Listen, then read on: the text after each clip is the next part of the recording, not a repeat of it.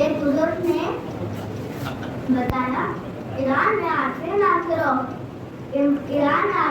के कुतुबखाने में एक किताब मिली जिसमें एक तिजारत करने वाले का वाक़या लिखा था। वो वाक़या ये था, मैं अपनी कश्ती से तिजारत करने जाता था। एक दिन मैं तिजारत करने जा रहा था,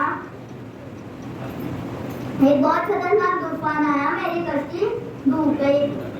एक लकड़ी का तख्त मुझे बहा कर साहिल के एक लकड़ी का तख्त मैं जब उठा, मेरी आँख खुली, मैंने देखा मैं एक लकड़ी के तख्त पे लेटा हूँ और हवा ऐसी चल रही है जैसी कभी मैंने महसूस नहीं की।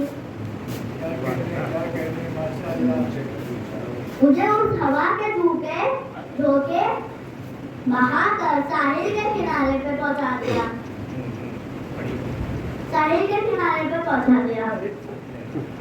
मैं डरते उठा, थोड़ा आगे बढ़ा, मुझे एक सहरा मिला। सहरा में आवाज आई, आप बीबी सकीना के मसाए पढ़े। मैंने बोला मजमा आ जाए फिर मैं पढ़ लूंगी।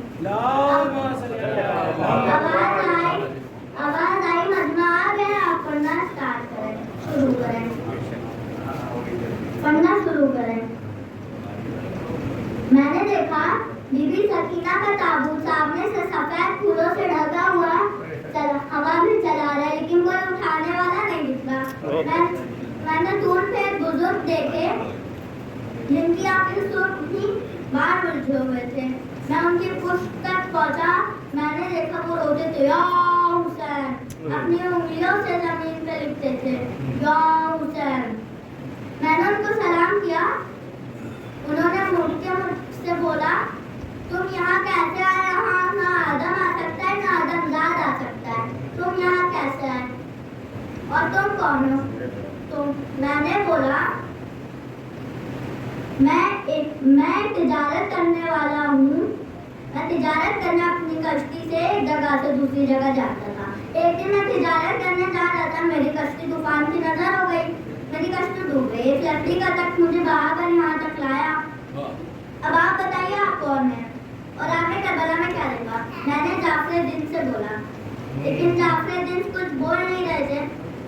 मैंने काफी बात पूछा, फिर मैंने बोला ये ऐसे नहीं मानेंगे, तो मैंने कसमें देना शुरू करी। रसूल अल्लाह के दूरे दंदान मुबारक की कसम, मस्जिद कुफा में मौला अली के सर पे लगी ज़रबत की कसम, बीबी ज़हरा की टूटी पसलियों की कसम, मौला हुसैन के जिगर के बहादुर टुकड़ों की कसम, बीबी ज़ैनब की बेरी दाई की कसम, मौला हुसैन के जिगर के बहादुर टुकड़ों की कसम। आप मुझे बताइए कौन है? आपने करबला में क्या देखा? तो जाफर शांत हो गए, अपना सर झुका के बोले, ऐसे नहीं मानेंगे, इनको बताना पड़ेगा।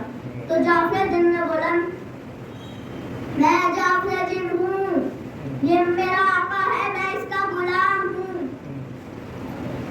मेरा दरबार सजता था, जश्न होता था। एक दिन जश्न हो रहा था,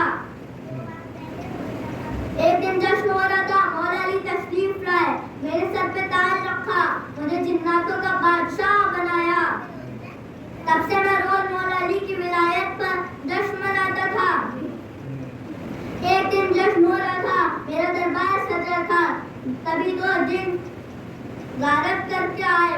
उन्होंने पीछे करबला की तरफ देखा, नजफ से गारत करके आए, तो देखा कि मौला हुसैन सुबह से भूखे प्यासे जंग लड़ रहे हैं।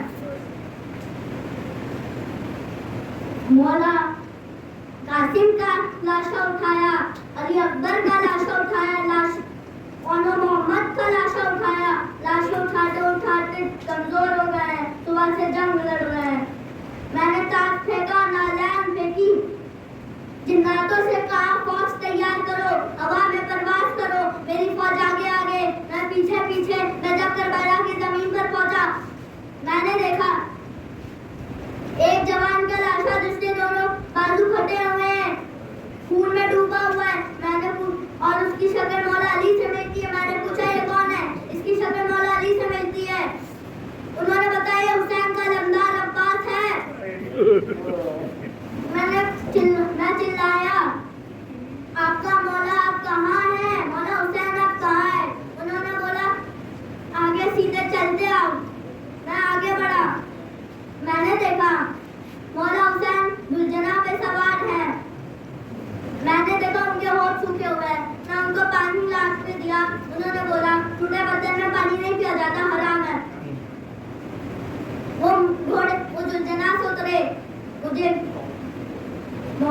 अली अकबर के जनाजे पे लेके गए।